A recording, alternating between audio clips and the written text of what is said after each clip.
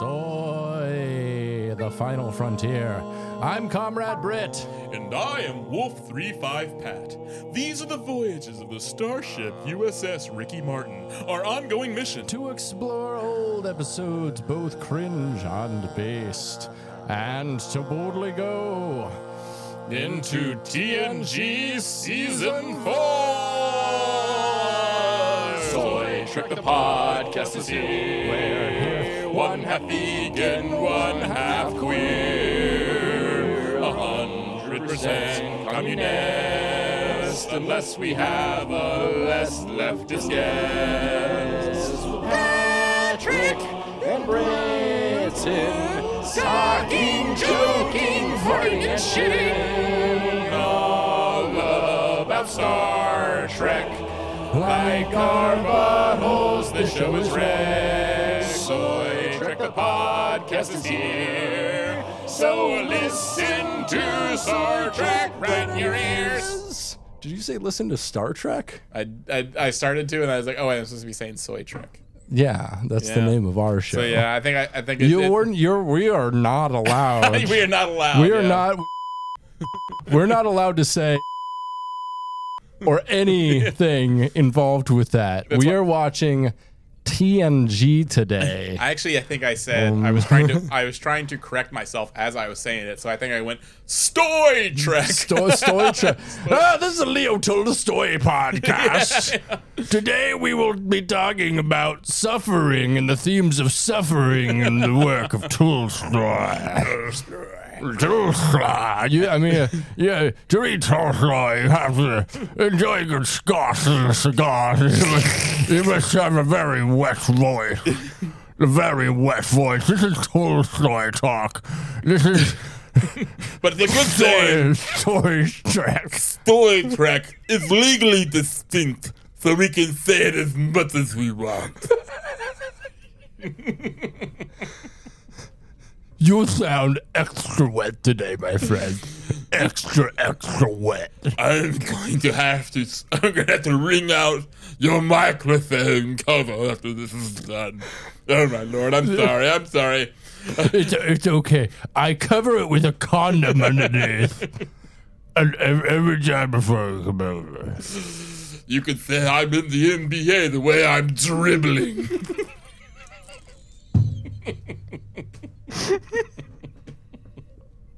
I made sure you were taking a big, hefty sip of Diet Pepsi when I said that. My friend, you are so incredibly wet. I am very, very envious of the wetness you obtained. I was merely trying to get on your level of wetness, and I needed a bit more liquid into my diet. Excuse me while I wet my whistle. Well, that whistle is dead to me now. No amount of water can wash that off. Get the bleach. Okay. I wish I could do that forever, but it requires a lot of wetness. A lot of mouth wetness. And honestly, a lot of like diaphragm. Mm-hmm, lots of diaphragm, yeah. Mm-hmm. Like I can feel that one of my abs. Also, it was a good laugh. We got a patreon.com/dumbidiotbs. That's the reason that we're doing this episode today, is because the people voted on it. All right, they were able to vote for both episodes. They were. Well, someone just said, this 1 and 2, and I was like, you know what, fuck it. It's more material. We'll do them both. We'll do a live. Fuck it, we'll do a live. So we're doing it live right here with you. Wow. What are we doing? Best of Both Worlds, part 2. Yeah, we are. TNG, Next Generation, Star Trek, of course, even though I'm not allowed to say it. You can still say Stoy Trek. Sure, Stoy Trek. We'll be watching the Best of Both Worlds Part 2 today. You are sorry. You are so wet, you're sounding like a hut of one of the creatures from Star Wars. We're not talking about the Star Wars today. We're talking about the story trick.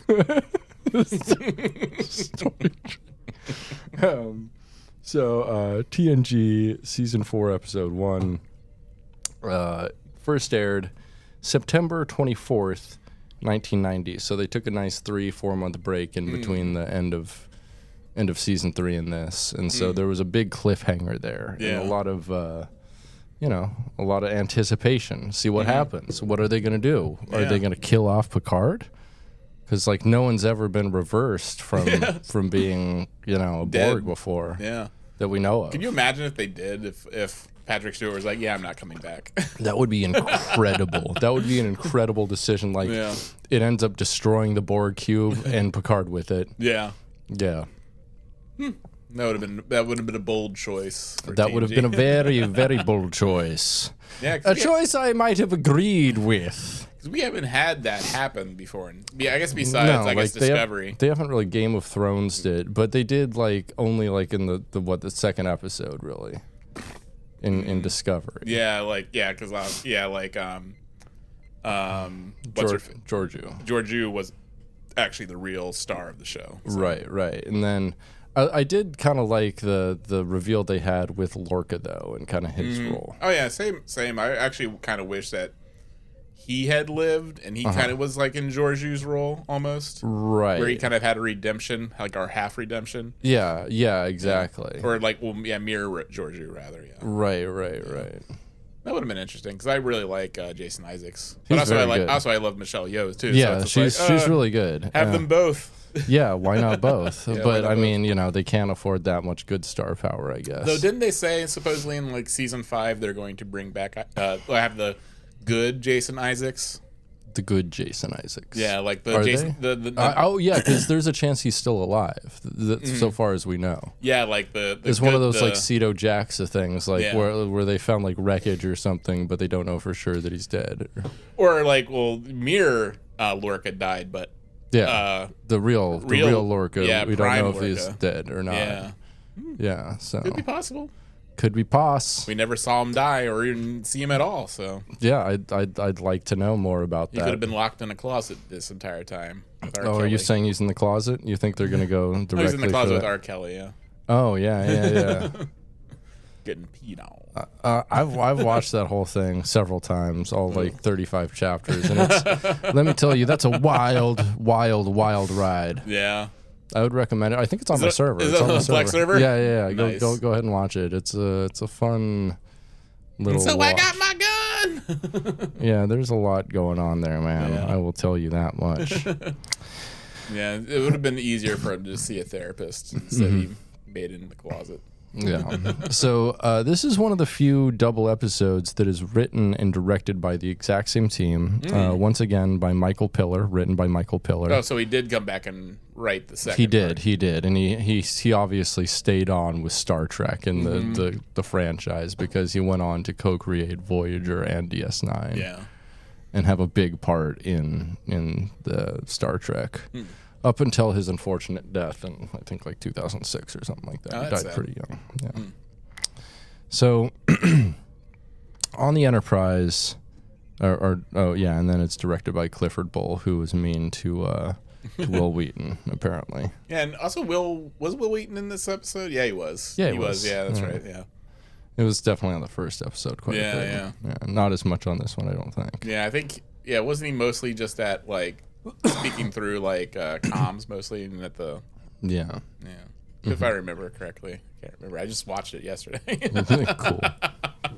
So on the Enterprise, Geordi LaForge reports the main deflector dish is 6 seconds away from discharging as a weapon towards the Borg ship. 6 seconds. 6 seconds. So they'd better pull out or they're gonna make a deflector baby. That's what he says. They fire and it does nothing to the Borg ship. No deflector, baby. Shelby calls this impossible, and Geordi says they can't maintain it much longer. And I've been there, Geordi. I've been there. Riker has them shut it down. Yeah, good call, Riker. Yeah. On the view screen, Locutus says that the knowledge and experience of Picard has become part of their collective now, and thus their course of resistance is hopeless. Number one. He calls Riker number one. Yeah, which is pretty interesting because, like, you kind of assume, like, okay, yeah, I mean, he was Picard at some point. Mm-hmm.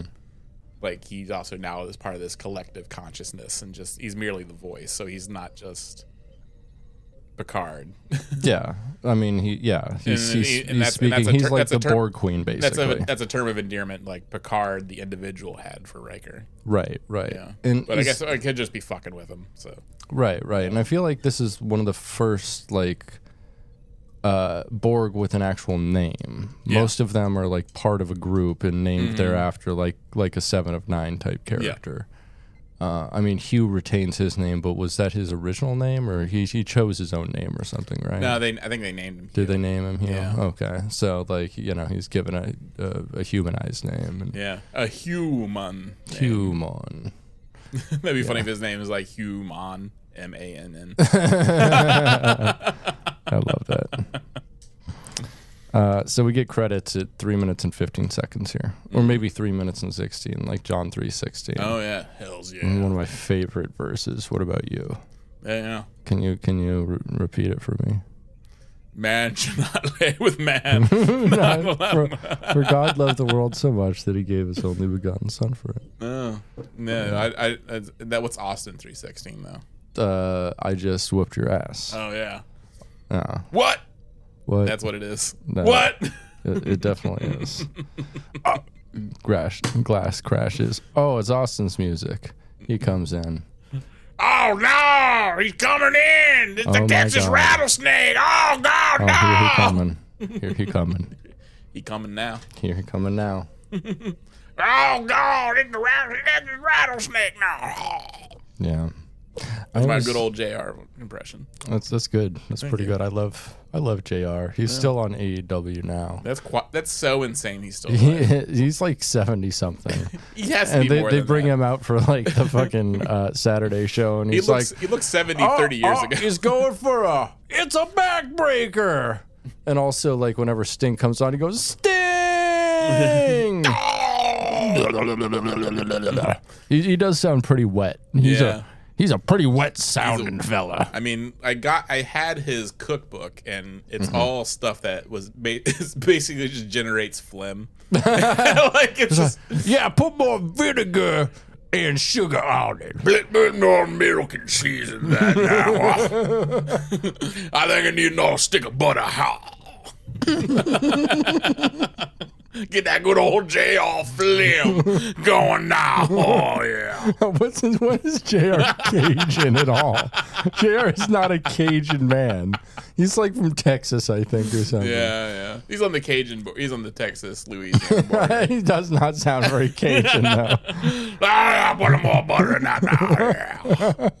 Oh, I got a good phlegm going in the back of that throat now. Man, you can get some serious phlegm going, my friend.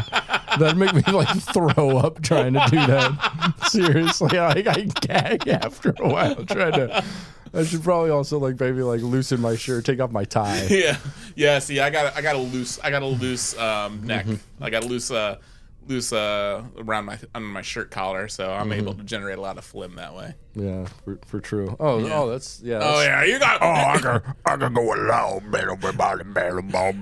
Oh yeah, you got that. You got the phlegm caverns open now. I be a spelunker. You just open the floodgates with that phlegm, and go back and it like making a pussy square. We gonna need some motherfucking Mucinex up in here, son, yeah. Get rid of all that phlegm. Yeah, who's your favorite Mucinex guy? Yeah, weren't we talking about how Jason Mantzoukas is a new one? Yeah, he is. Who was it? TJ Miller. TJ Miller before that. TJ Miller. Yeah. I think I like Jason Mantzoukas better. I think I do too. Yeah. I mean, TJ Miller, he just kind of like, I don't know any, like he was in a couple things, but he kind of quickly dropped off the map. He called in a fake bomb threat on a train because like some woman was rejecting him and he was really drunk. Okay, so maybe he's my favorite. He's my favorite Mucinex guy now. Oh, bring him down, shall we? Show him a real good time. Oh, we gonna make some more bomb threats. We're gonna make barbecue and bomb threats, is what I'm saying. I'm gonna buy some stock in the Mucinex now because I love that TJ Miller bomb threats.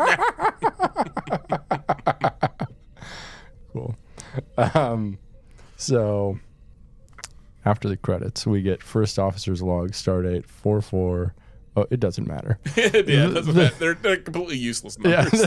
Yeah. The Borg ship has resumed its course towards Earth. We are unable to pursue pending repairs to the Enterprise. It's kind of weird how he's like still doing a first officer's log instead of an acting captain's log, since he is ostensibly a captain, since the captain is incapacitated. Yeah, he's basically had that field promotion. Like, right. Yeah, because like who else? Honestly, yeah. I mean, like I guess like a case could be made for Shelby, because Shelby's pretty competent. Yeah, but she's not actually stationed on the Enterprise. That's true. That's true. She doesn't know the crew like he does. So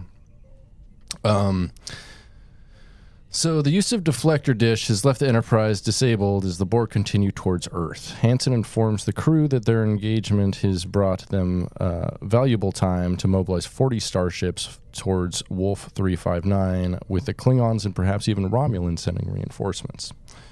Shelby warns Hansen that with Picard, the Borg now pose an even greater threat than they could have even prepared for. He says Picard won a marathon as a freshman, and says he never met anyone with more drive, determination, or courage than Jean-Luc Picard, which, I mean, that's a weird argument, I guess. Wait, they said because he ran a marathon? Yeah, he like won a marathon when he was like a cadet or something like that. He was like the first freshman to ever win the marathon. That is like the mentality marathon runners have. I guess so. Yeah.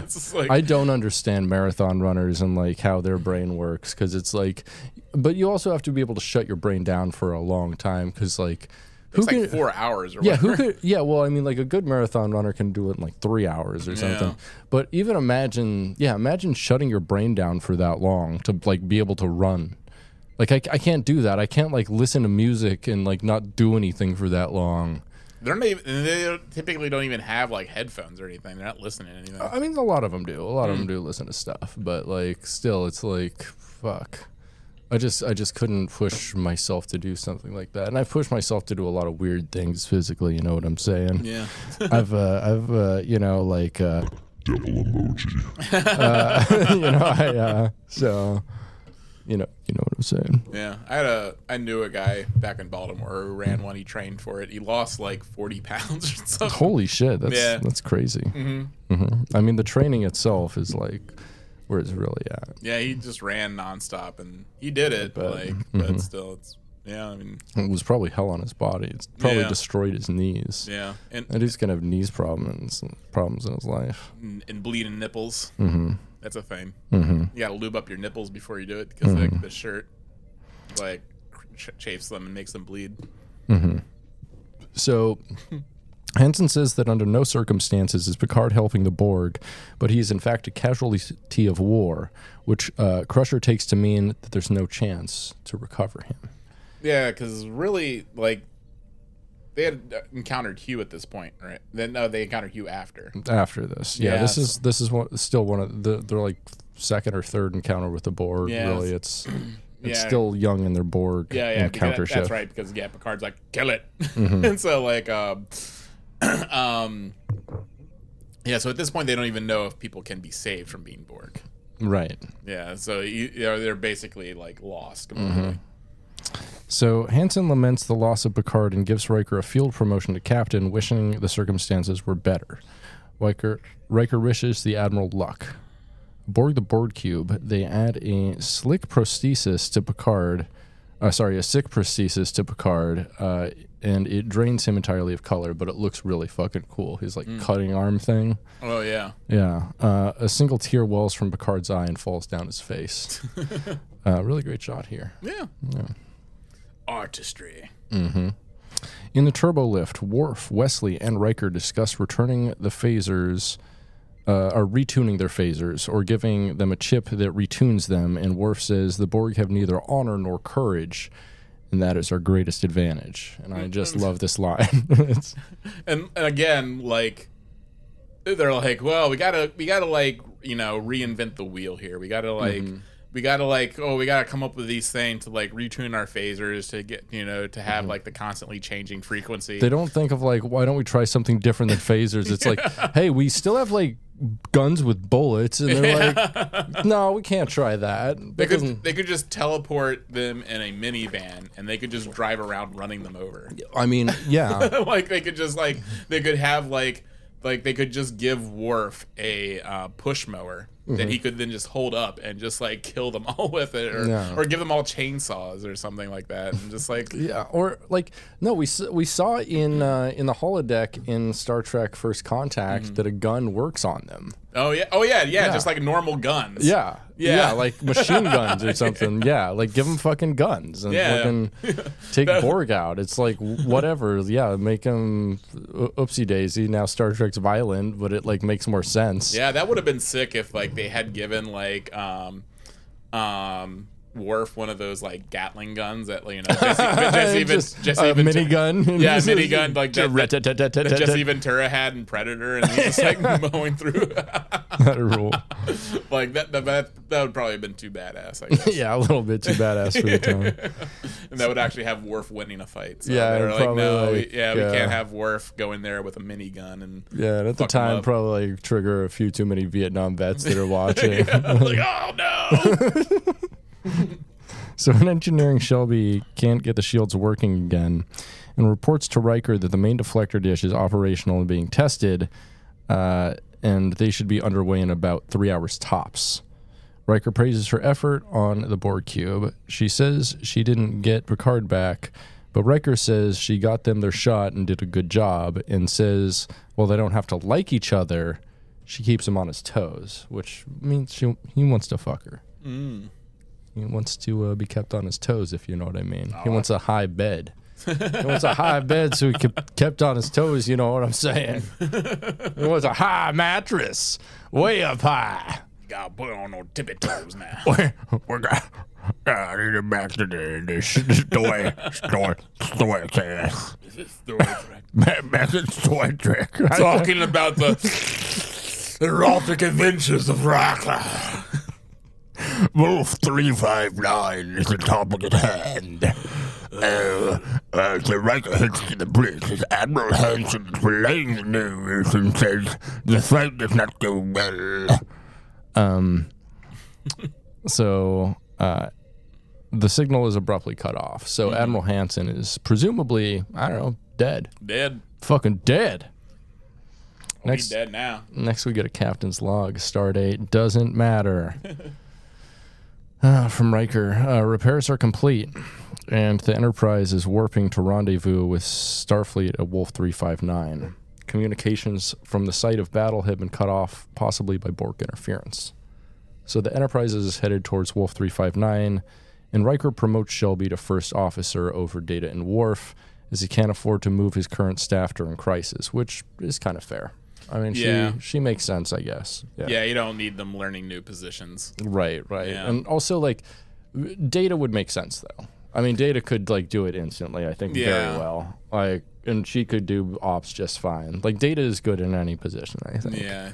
Because he is, like, just an objective machine opinion who's, like, very fucking competent. I do like Riker's comment, like, you don't have ambition. So, like... I'm not going to promote you. He's just like, thank you, sir. Yeah. It's like, okay, well, does he deserve the job? Like, honestly, yeah, Data could be just running that place by himself. Yeah, he could. Which would be interesting. Like a ship full of Data. Yeah. Would be an interesting idea, and I think something that could probably run very efficiently. Yeah. Although it would lack nuance with, like, more humanoid figures, but, like, they could get by just fine with, like, how he does understand. Yeah, any sort of diplomacy, they'd be like, ooh. Yeah, but, like, I mean, I think they get by just fine, especially since they're, like, superhuman, you know, and they can beat up anything and resist anything. I mean, what is his like weakness? Probably like acid stuff that can melt his skin and shit off. And I mean, polywater, he's affected by that. yes, yeah. I guess he's got several weaknesses. Yeah. Yeah. Large magnets, probably. Oh yeah, probably. Yeah, that'd probably fuck him up real bad. I mean, yeah. Is positronic stuff? Is that like magnetic? Is that? I don't know. I was just guessing. I feel like it's bionic in some way. Yeah. Yeah, I mean, we've seen lots of stuff he was blown up, Time Zero. Mm-hmm. He still lived. So the crew discuss several methods of fighting the Borg, and Riker says their efforts in battle will justify Picard's faith in them, which is a weird kind of cop-out. Mm-hmm. Riker steps into Picard's ready room and asks his chair what he would like to do, which is kind of weird. Yeah. It's kind of like Clint Eastwood in the Obama chair. So Guinan shows up and tells him the only way to beat the Borg and save Picard is for him to let go Picard and throw away everything the captain would have done. Riker is hesitant, but Guinan reminds him that the Borg know everything Picard knew. So using his tactics doesn't make any sense, which makes sense, I'd say. Yeah, you got to do something completely different. Right? So, like, what would Picard do? Picard would play it safe and probably try to save people. So he just immediately warps away. He's like, "Fucking Earth can deal with it." Picard would not do that, right? Yeah. That's irresponsible as fuck. Damn. Go to Ryza. Riker's like setting a course to Ryza. We're gonna ride this one out in the Pleasure Planet. Picard would never think to go there. That's true. He fucking hates that place. So Guinan tells Riker that she can let Picard go because she has to. She reminds Riker there can only be one, and it turns out this is an episode of Highlander. Yes. Yep. He's got to cut Picard's head off and absorb his power. Yeah. Yeah. Riker gets out his sword. Riker would have been great on the Highlander. He would have, yeah. Wrecker McLeod. Yeah. I mean, just in like one episode or two, he would have been a great immortal, maybe adversary or something. That's what his character kind of was in Gargoyles, almost. A little bit, yeah. It was kind of Highlander coded. Yeah. So Riker ponders his position as the Enterprise enters Wolf 359. Data reports that many ships are afloat with negligible power ratings and no communications, and no life signs. Oh, shit's fucked up. Riker orders on screen and dozens of Federation starships drifting along, including the Melbourne.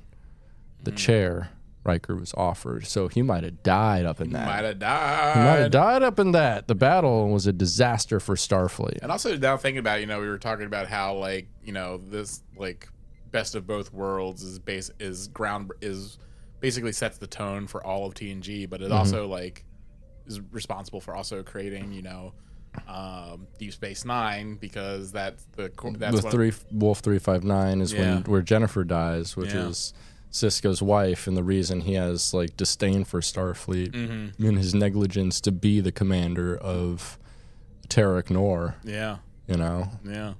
So that's that, and then also of course Voyager, because again the Borg are also a primary antagonist in Voyager as well. So, and it all goes back to this episode. It all comes back to this. Yeah, this is really a pivotal episode, and really people say that Star Trek gets good in season 2, but I don't think that TNG necessarily gets good until probably this episode. It's still very hit and miss in season 3, and seasons 4 through 7 are all bang, pretty much bangers. Yeah.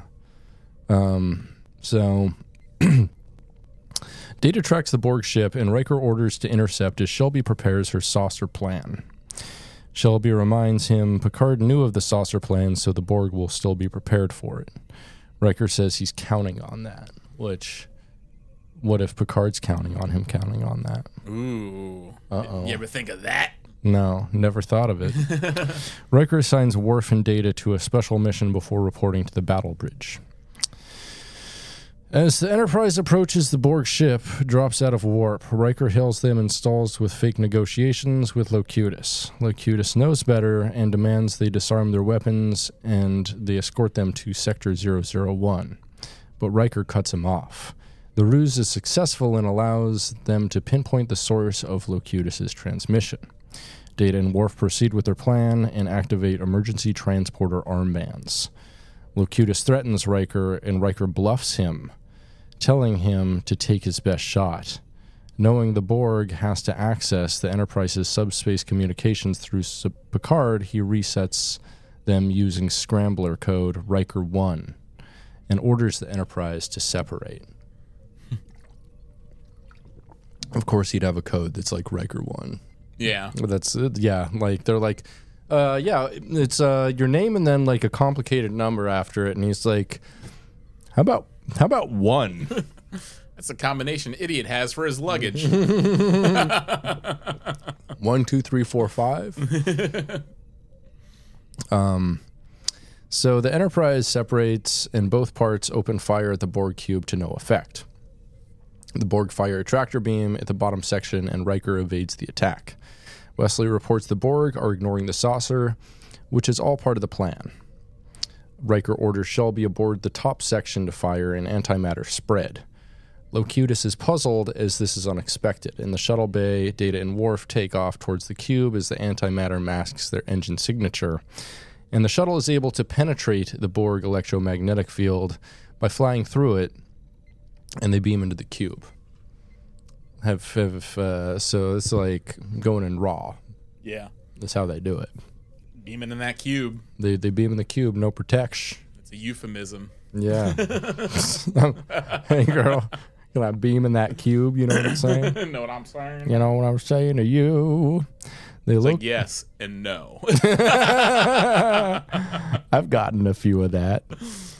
They locate Locutus and come under attack. They disable 5 Borg with their adaptive weapons and grab Locutus. It's always funny, like, Star Trek always demonstrates how people can easily just beam into these Borg cubes. Yeah. And they never put, like, a bomb. Mm-hmm. Like, it's just like, okay, you can get inside, like, people are always transporting onto Borg cubes and then just, like, not doing anything that would just, like, completely fuck their shit up. Like, No. Imagine if they had just beamed over with a bomb, set it, and then got out of there. Yeah, they're not very violent, which is the problem. Yeah, and they kind of, like, and the Borg necessitated a violent response. Yeah, I feel like fucking a whole bunch of Klingons beaming onto a Borg ship would fuck them up bad. Yeah, I mean, you don't, and that's the thing, you don't see that many Klingon Borg. Like, you saw one in that episode of Voyager.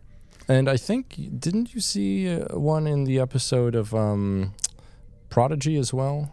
Probably, yeah. They have the shark too, though. So yeah, they had a shark monster. I love the shark monster. Yeah, but it's like, yeah, because they fuck shit up. Mm-hmm. So Worf restrains Locutus while Data incapacitates him. They engage their transporter armbands and beam back to the shuttle with Locutus and fly out. Apparently, this is actually the first time we see that the shuttles have transporters of their own. Oh, interesting. In all of Star Trek. Oh, I didn't know that. Riker orders O'Brien to beam them all back to the Enterprise as the shuttle is blown apart just at the last second. Riker grins that his strategy worked even though everyone almost died. Yeah. And they didn't leave a bomb on the damn ship and blow it up. It just killed how many souls?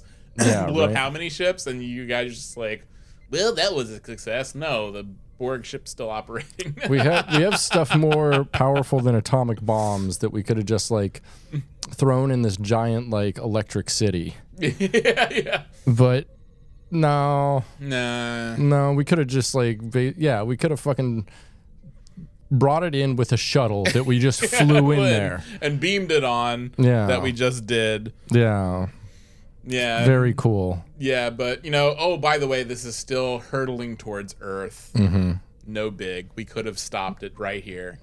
Everyone almost died from my really bad plan. Yeah. And we could potentially the Borg still lost 5 people, I guess, max. Don't worry, we killed 5 Borg out of 3 billion that's on this cube.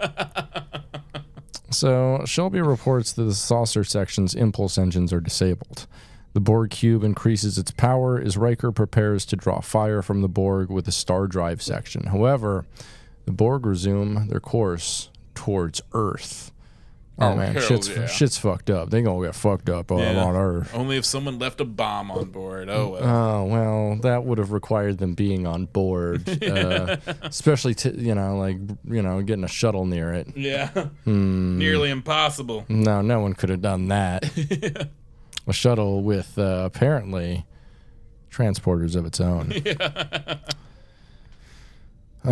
So the Enterprise reconnects and Locutus is revived in sickbay. Locutus mocks Riker for putting the whole ship at risk to save only one person, a strategy Picard would never have approved of, and ultimately his abduction has no impact on the Borg's supremacy and their plans for domination. Yeah, he's still Borg. He's still Borg. Locutus says he intends no physical harm, as he says he will simply be the voice of the Borg as the cube continues to Earth to force the Federation's ultimate surrender. I would like a Shasta, though.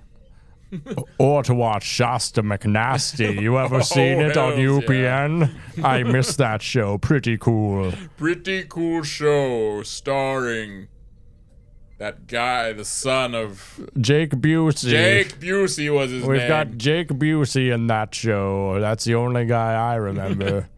Rap rock was really popular at that time. I actually watched Tomcats a few weeks ago. Oh, really? Yeah, with my brother and my friend Spencer. Oh, my God. How does Tomcats hold up? Oh, it's real bad, man. It's painful. Yeah, it's like not a lot of good salvageable media from that time. Yeah, there's an episode where a guy's testicle, his cancerous testicle, pops around a hospital. Rad. And it's one of those things that just makes me want to die. Did you ever watch That's My Bush? Oh, I have it on my server. Of course I've watched it. Yeah, there's that episode with the fetus that survived the abortion. Oh, that's yeah. That's really I hate that so much. He's a middle-aged fetus. Yeah. That episode is deplorable. Yeah. It'd be funny explaining that show to just anybody born after that time. Yeah, even during that time, to be honest. During that time, yeah. It's pretty fucked up. Did have a good scene, though, in the one episode about the death penalty where Karl Rove is hanging over a person being executed. Oh, and sucks in their last breath as they die. He's like, that part made me laugh hysterically. That was pretty fun. So Data discovers the way in which the Borg are communicating with Picard, which is through subspace, and Data thinks forms the basis for the Borg's collective consciousness. Riker suggests blocking them, but Data says this could lead to Locutus self-destructing. Riker says they must find out what Picard knows about the Borg in order to stop them, and Crusher thinks she could reverse the Borg shit with microsurgery, but not while the implants are still functioning. Yeah, that makes sense, because I'm sure they have some sort of defenses. Yeah, otherwise it could kill Picard. Yeah. So Data suggests using his positronic brain to connect with Picard's machine half to get access. So this is pretty much why most Borg don't get, converted, is because most people don't have a positronic brain to do shit like this. No. So Locutus surveys sickbay for people and technology to assimilate. He tells Worf that the Klingons will be assimilated, to which Worf replies that the Klingon Empire will never yield, and this is sick. We appreciate that, Worf. Locutus is mystified as to why the Borg are being resistful.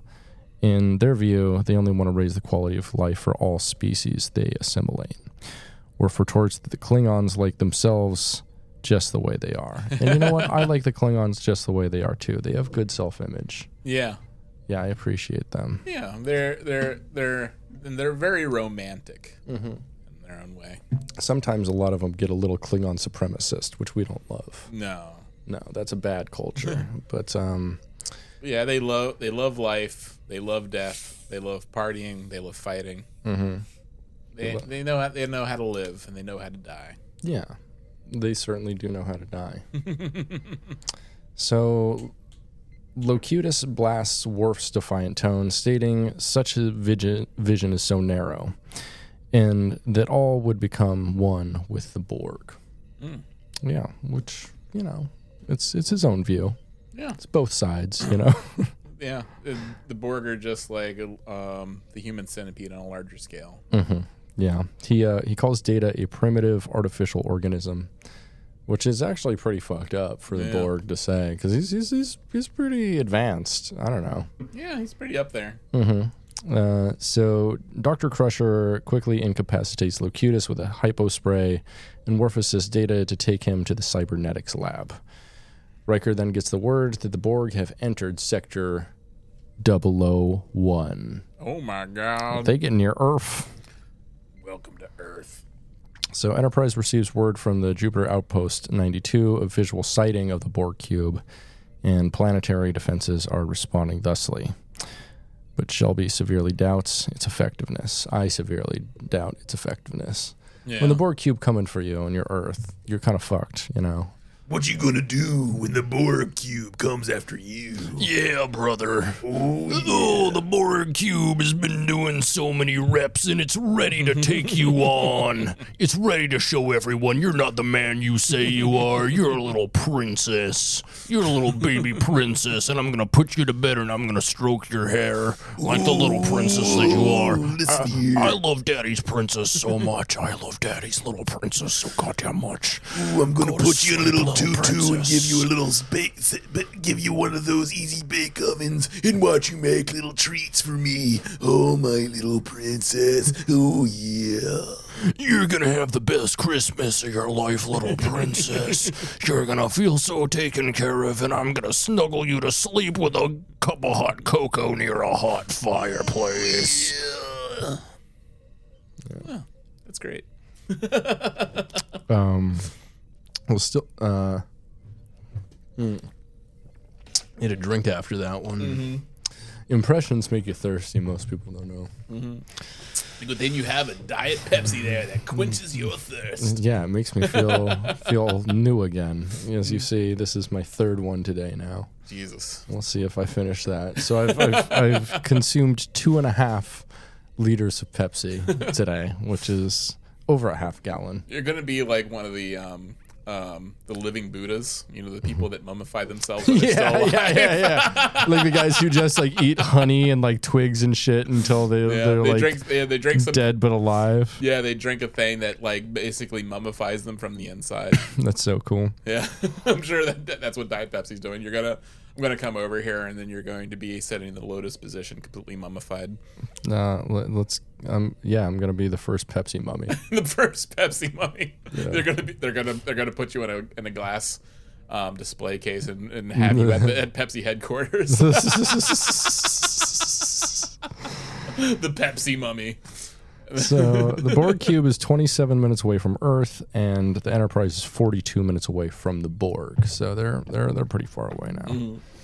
So with such a large gap and little time to waste, Data begins to interface with Locutus. His team consists of Dr. Crusher monitoring Locutus's medical condition, while O'Brien is doing the equivalent for Data, and Counselor Troy is there to empathically determine if they are reaching Picard or vice versa, and notes that he doesn't know what to do if there's a problem. This is his first time attempting this entire thing. So I love that we're getting so much O'Brien here. Yes. This is really cool. This is a good O'Brien episode, especially for TNG, because we don't get to see much O'Brien. No. It actually gives a lot to like some of the lower decker types in here. It does. There's another guy in here. We see a lot of Wesley in this too. Yeah, Wesley is up in this too, and there's a third person who we get a bunch of. I wrote their name down, but I forgot their name because we keep seeing just little bits of them. I don't know where. Gleason. We see quite a bit of Gleason. Jackie Gleason. There you go. Was Jackie Gleason the one on the Honeymooners? No, who was that? Yeah, right. What was Jackie Gleason on? This is great podcasting, by the way. We're just looking up Jackie. Oh, he's a Pisces. That's really great to know. Yeah, what the fuck was? Yeah, he was on the Honeymooners. Oh, yeah, he was. Yeah. Get the fuck out of here! Get the fuck out of here with you being wrong! Oh my God! This is the Storycast. This is Storycast, and you can't be wrong on this podcast. You can be as wet as you want, but you cannot be wrong. Wet and wild. Yes. But never more wrong. Never wrong. No, you have to enunciate the word wrong. Wrong. Oh, it says political party, Jackie Gleason, Republican. We're all Republicans on the Storycast. On Storycast.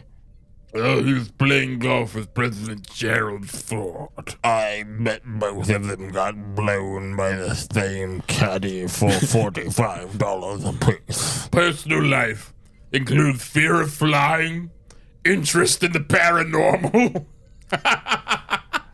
Loves to get his dick sucked by a caddy in between hole 4 and 5. He has hole 3 and 4.5, if you know what I mean. Hole 4.5 is the caddy's mouth. It's the caddy's mouth. With Gerald Ford, he gets blown by the caddy. According to writer Larry Holcomb, Gleason's interest in UFOs allegedly prompted President Richard Nixon to share information with him and to disclose some UFO data publicly. President Nixon gave Jackie Gleason covert UFO information because he was a fan of the Honeymooners.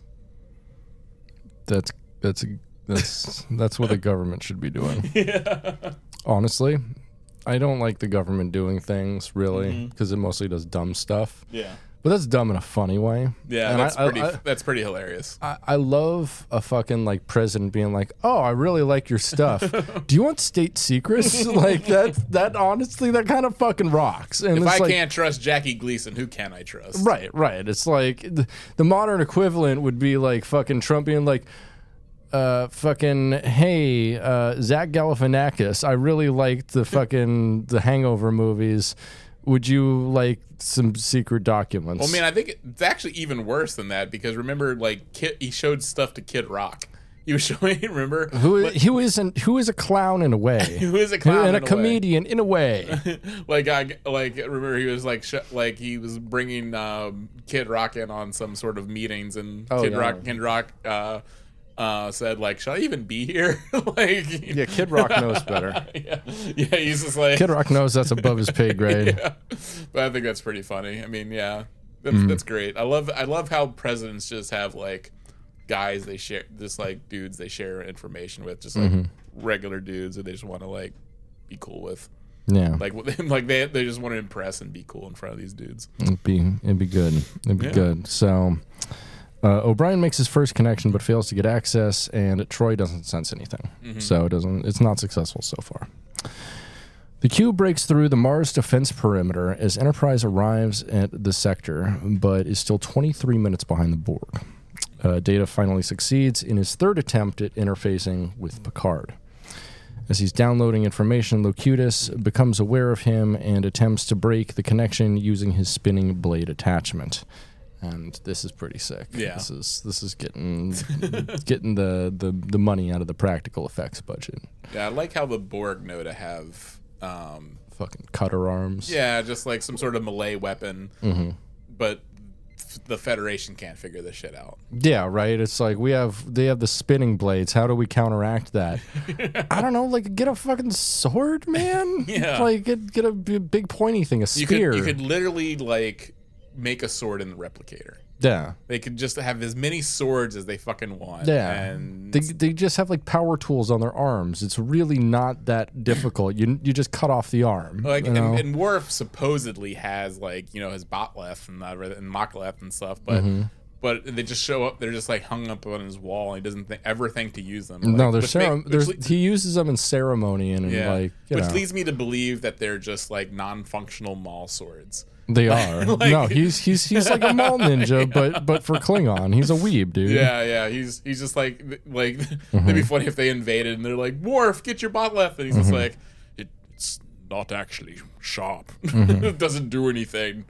It's made out of aluminum. Just crumples against the Borg. Yeah. It's just silly. Like we it's like watching, someone do something very stupid, like just watch them constantly just like lose against Borg in a ground invasion, basically. Like they're going attacking them head on and losing, and never once think sword. Or overpower physically, because that's what happens right now. Is Data overpowers Locutus physically and rips his blade arm right out of the socket. Yeah, which is sick. It is sick. Yeah. And it's like they never think of this. Like, why don't we make like an attachment to our arms that can rip out their arms or anything like that? Yeah, they're just like, what if we use the same weapon that keeps on failing? What if we just change it just slightly so it doesn't fail for a second? Yeah, what if they had the exoskeleton from the movie Aliens? If they're just like going around with those giant pinchers, like squeezing the Borg. Oh yeah, exactly. They could rip through a field of Borg. They'd have nothing to stop them. Yeah, because with the little blades on their arms, that would do nothing. No, yeah, I mean, like obviously, like the average crew member isn't as strong as Data, but if they had like the Ripley exoskeleton, they could just be like stepping on them, crushing them. It could have like mini guns on each arm. They're just like plowing through them. Yeah, that'd rule. It's sad to see.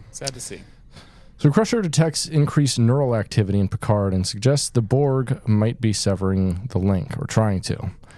Troy can feel Picard breaking through the collective. In the Borg, ship suddenly halts as Dr. Crusher realizes their true vulnerability is their interdependency. So she tells Riker that since Picard is part of the Borg, severing him would be like losing an arm or a foot. So it's like unimaginable. Riker realizes now, since they all operate collectively, if one Borg does something, they must all do it, and orders Data to implant a command into Picard's connection with the Borg collective consciousness to disarm all their weapon systems. The Enterprise intercepts the cube, now in orbit of Earth, and this is a cool shot. The Borg engages the Enterprise once. The Enterprise open fires with their arsenal, but still cannot affect the Borg at all. Data reports that he cannot access the weapons or power systems, as all critical Borg pathways are protected. Shelby and Riker realize they have no options left and order Wesley to plot a collision course into the Borg ship in 9/11 it, and order LaForge to prepare to go to warp speed. Picard fights through collective consciousness to tell Data one word. He says, "Sleep," which is cool. Yeah. We like that. This whole scene was pretty cool. I don't know. This whole episode I think is pretty rad. Yeah. It's great. So Crusher thinks this means that he's exhausted, but Data thinks it's a plan, and it is a plan. The cube fires a cutting beam into the hole as Riker orders warp drive, but Data comes over the intercom and advises him to stand by. Since he's discovered the Borg regeneration cycle subcommand path is low priority and accessible. The Borg continue cutting away, and Riker urges Data to hurry as the Borg suddenly stop. Data explains he was able to access the Borg regeneration sequence and effectively put them all to sleep. Worf confirms the Borg ship is running at minimal power and their electromagnetic field is no longer in effect. Riker orders Shelby to lead an away team consisting of Worf and Gleason, who get Jackie Gleason. Jackie Gleason, who got fucking Nixon to reveal state secrets. It sends him to the cube to investigate. And Gleason gets a ton of time. They're just in like little parts of this two-parter, which is cool.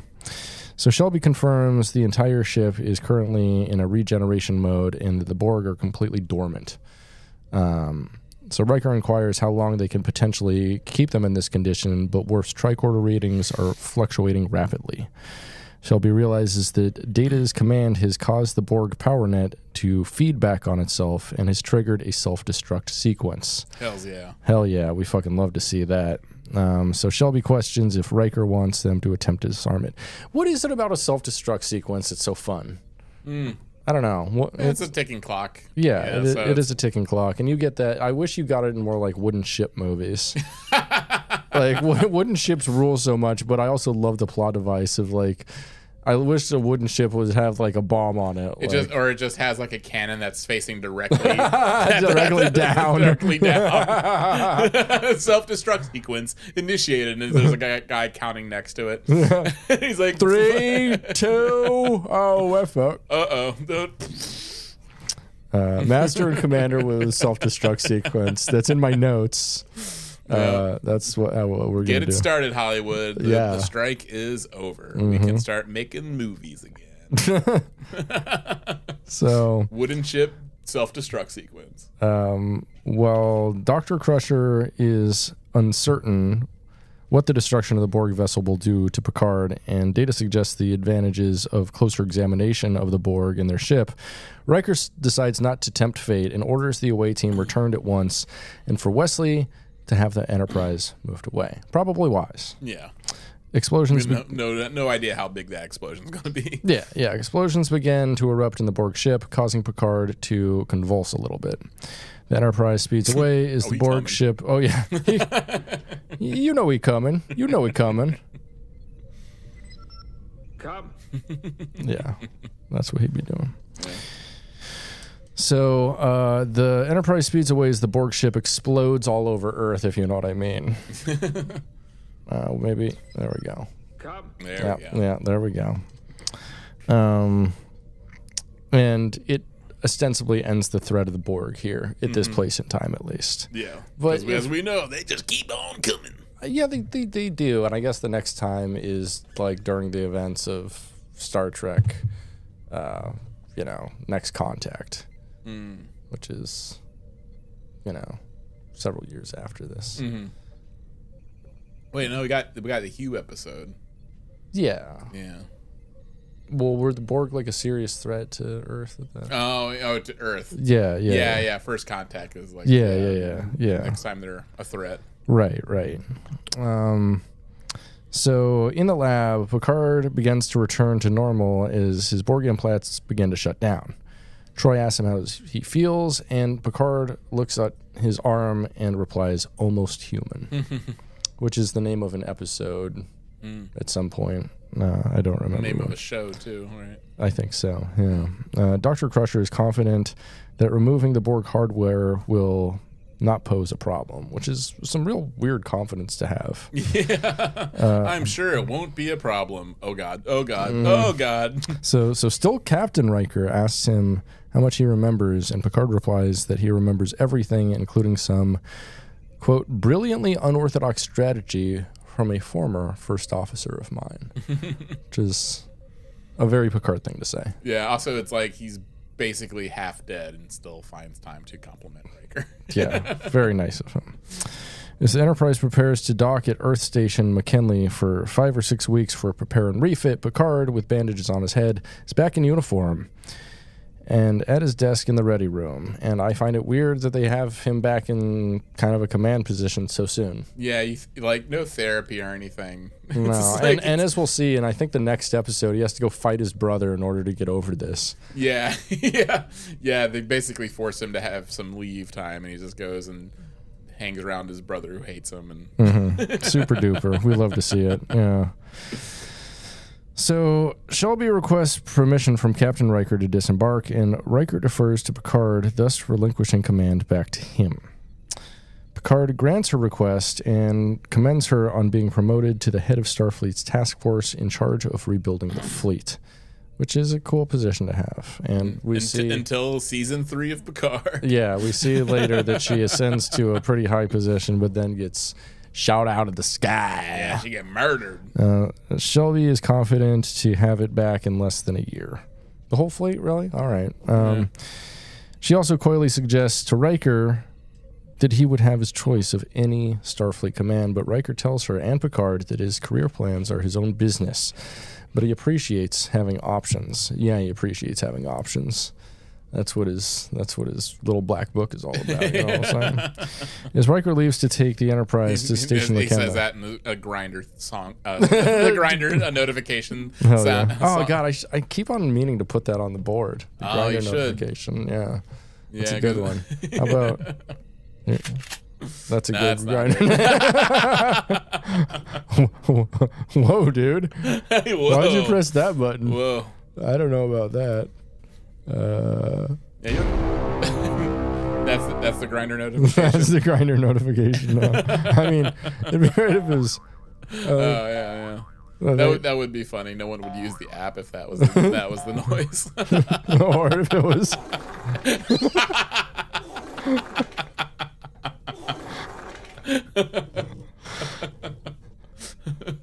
Yeah.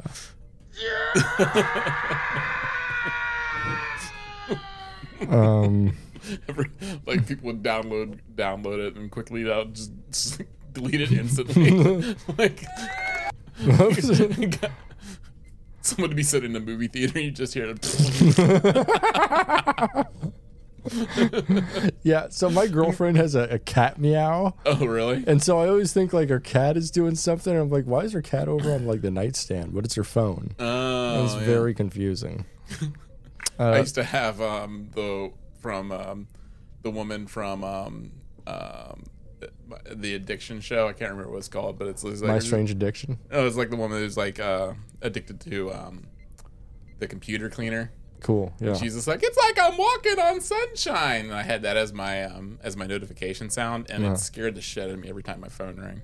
Yeah, so I had to delete it. That's good that you had that. Then. Yeah. So, as Riker leaves to take the Enterprise to Station McKinley and resume his duties as first officer, Picard attempts to return to the pad strewn on his desk and his usual cup of Earl Grey tea.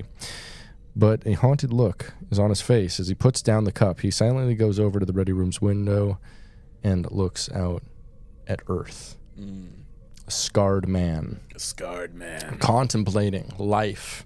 Contemplating what he's done. What his character has done. Yeah. Is it him? Was it the Borg?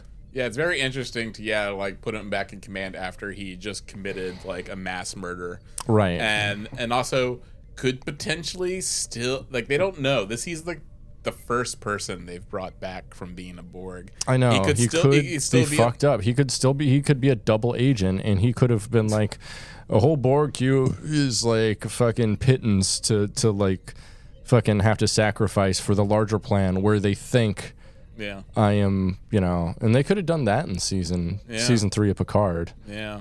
Or season 1 of Picard would have been cool if it was that. If it was like he has been infiltrating Starfleet this entire time. That would like throw into question pretty much everything he did, like season 4 and beyond.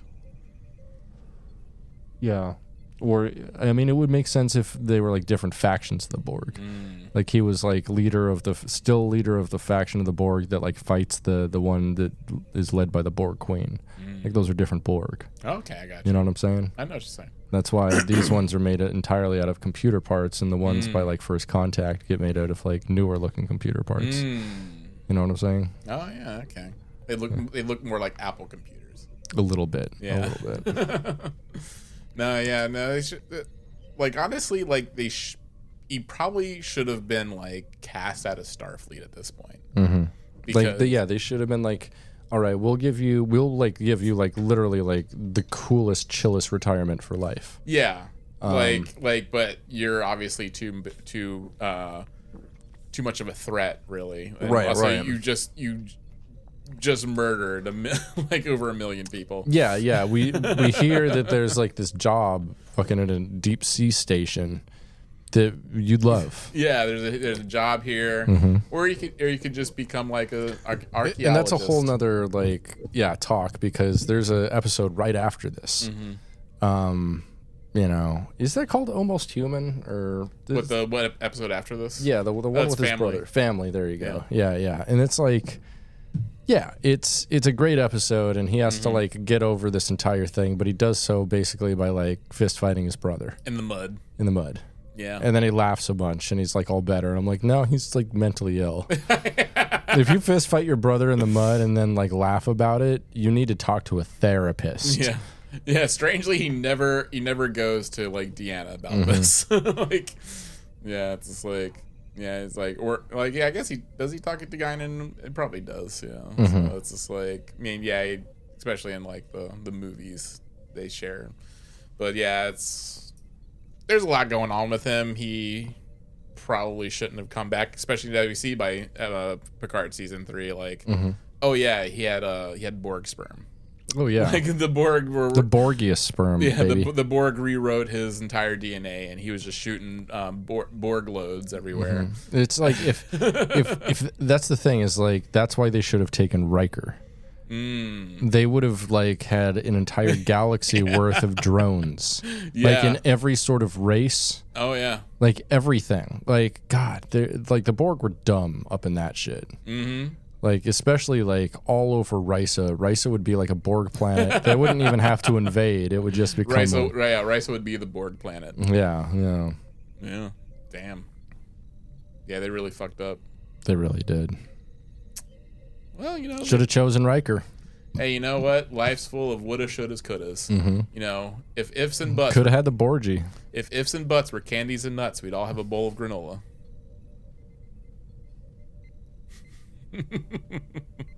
I really dislike that. I think you should take that and put it in the trash and never see it again. Oh damn! All right, throw it into the bin. Yeah, that one belongs in the bin, my friend. Into the sin bin.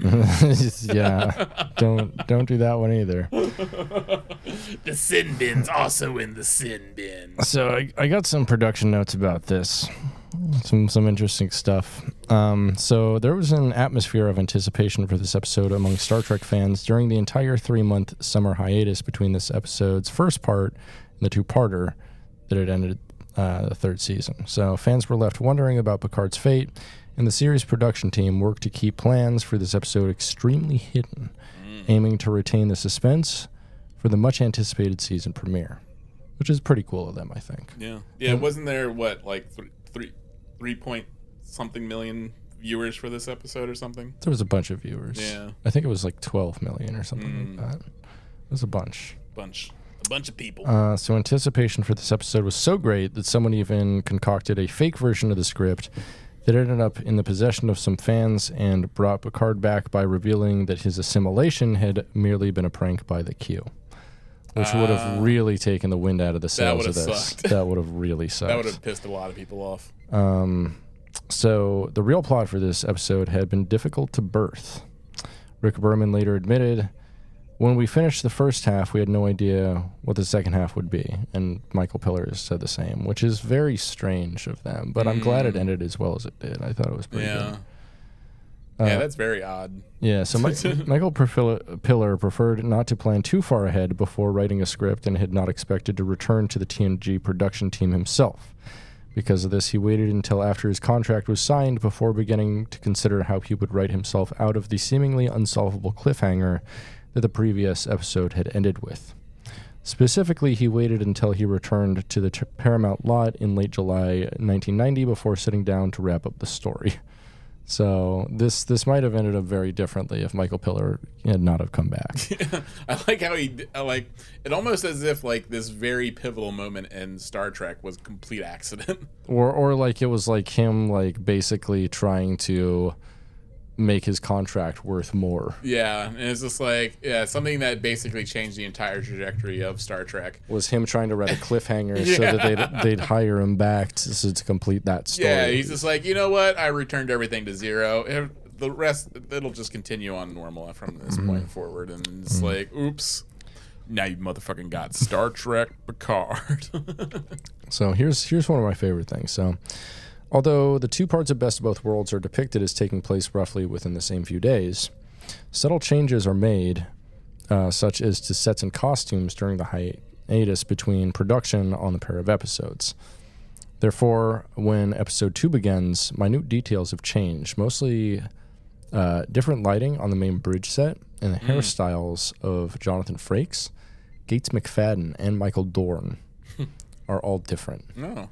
Which is fun. That's fun. To have different hair day to day. That's cool.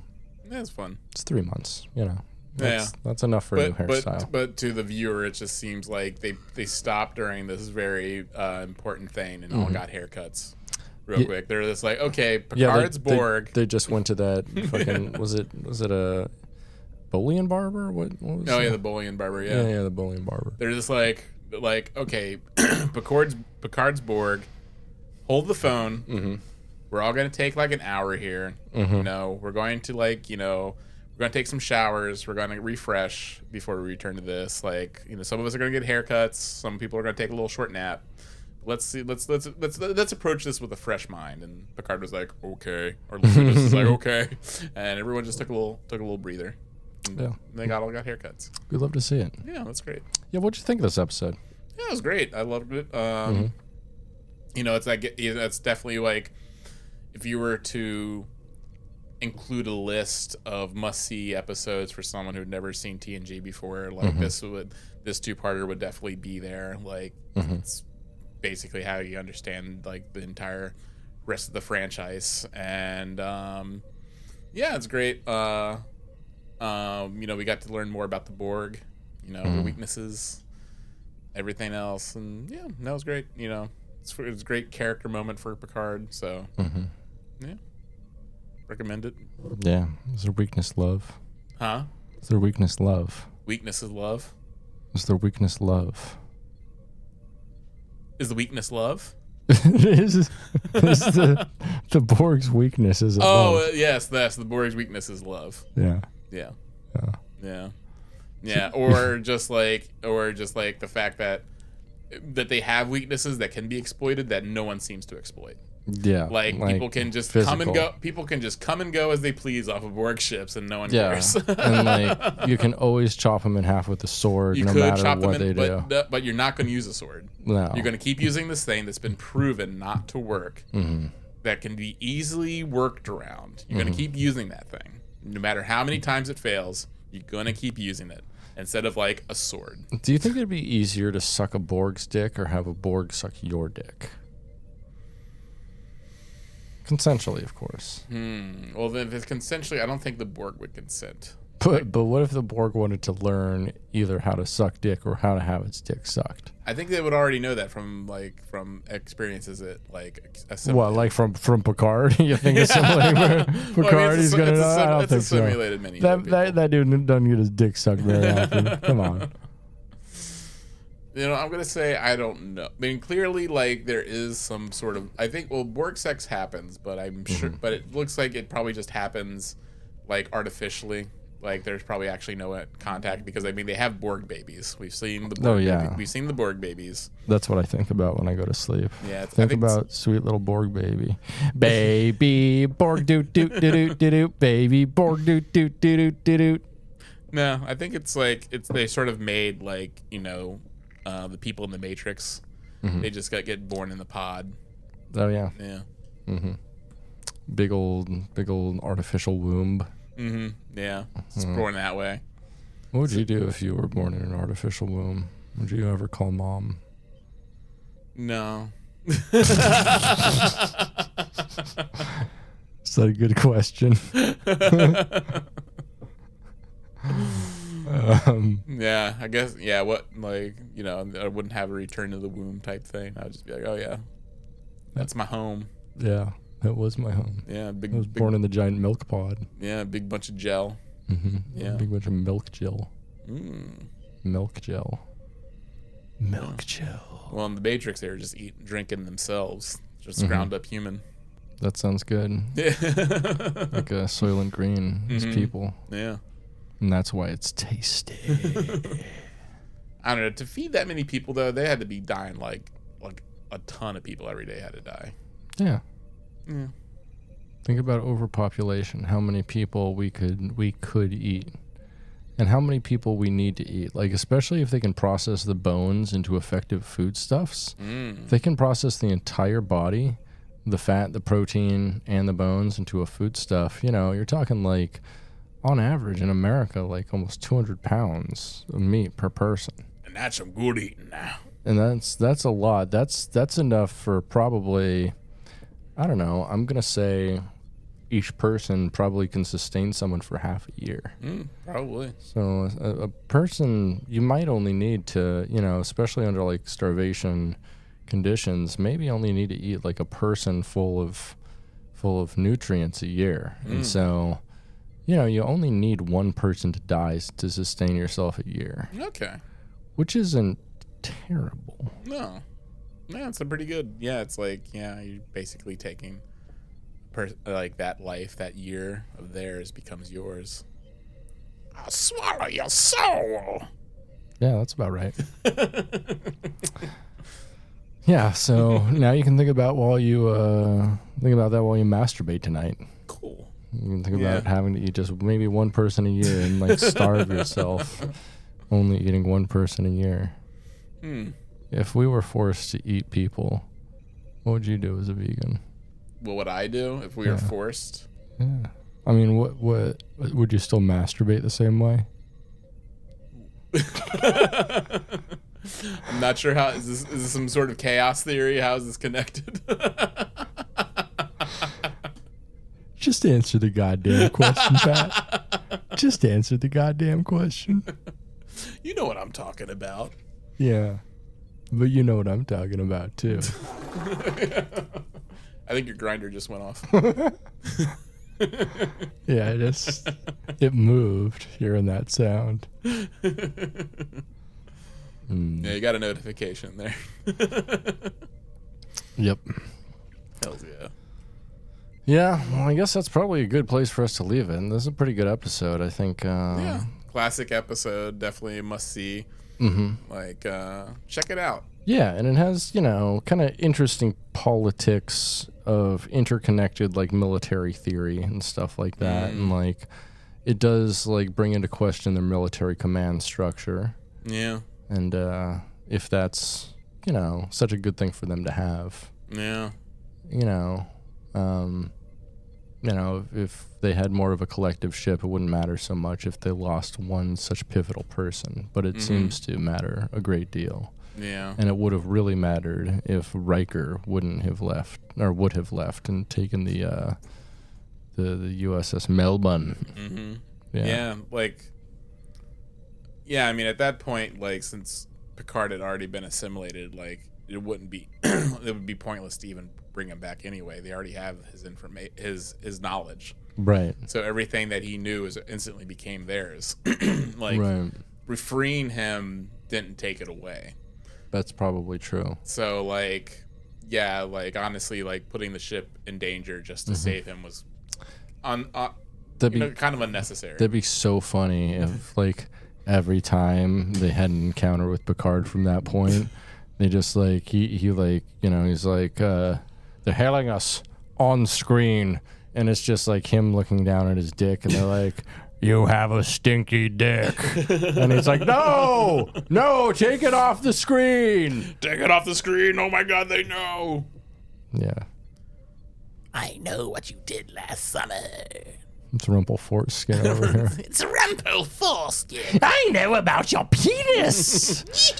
All I know it's weird and stinky. It smells like a very rare foreign cheese. That's only here in my home country of wherever the hell Rumpelstiltskin's from. Rumpelstiltskin, we mean. Rumpelstiltskin. Rumpelstiltskiniania. It's in Eastern Europe-ish. Ish. Whatever cheese is native to there. Something that has a blue vein going through it, if you know what I mean. It's like a blue snicker vein going through that dick, you know what I'm saying? It's got a blue vein going through it, and it stinks.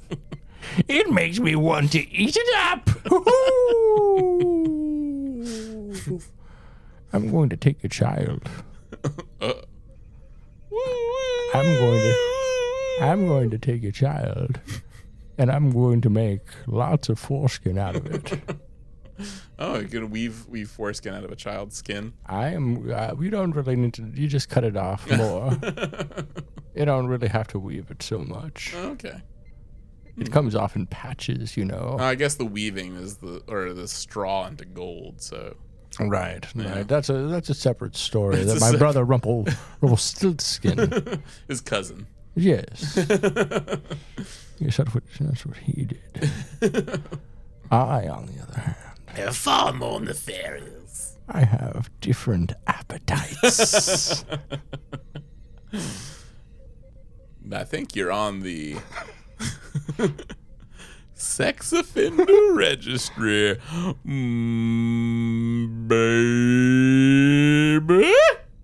I'm never gonna give it to you.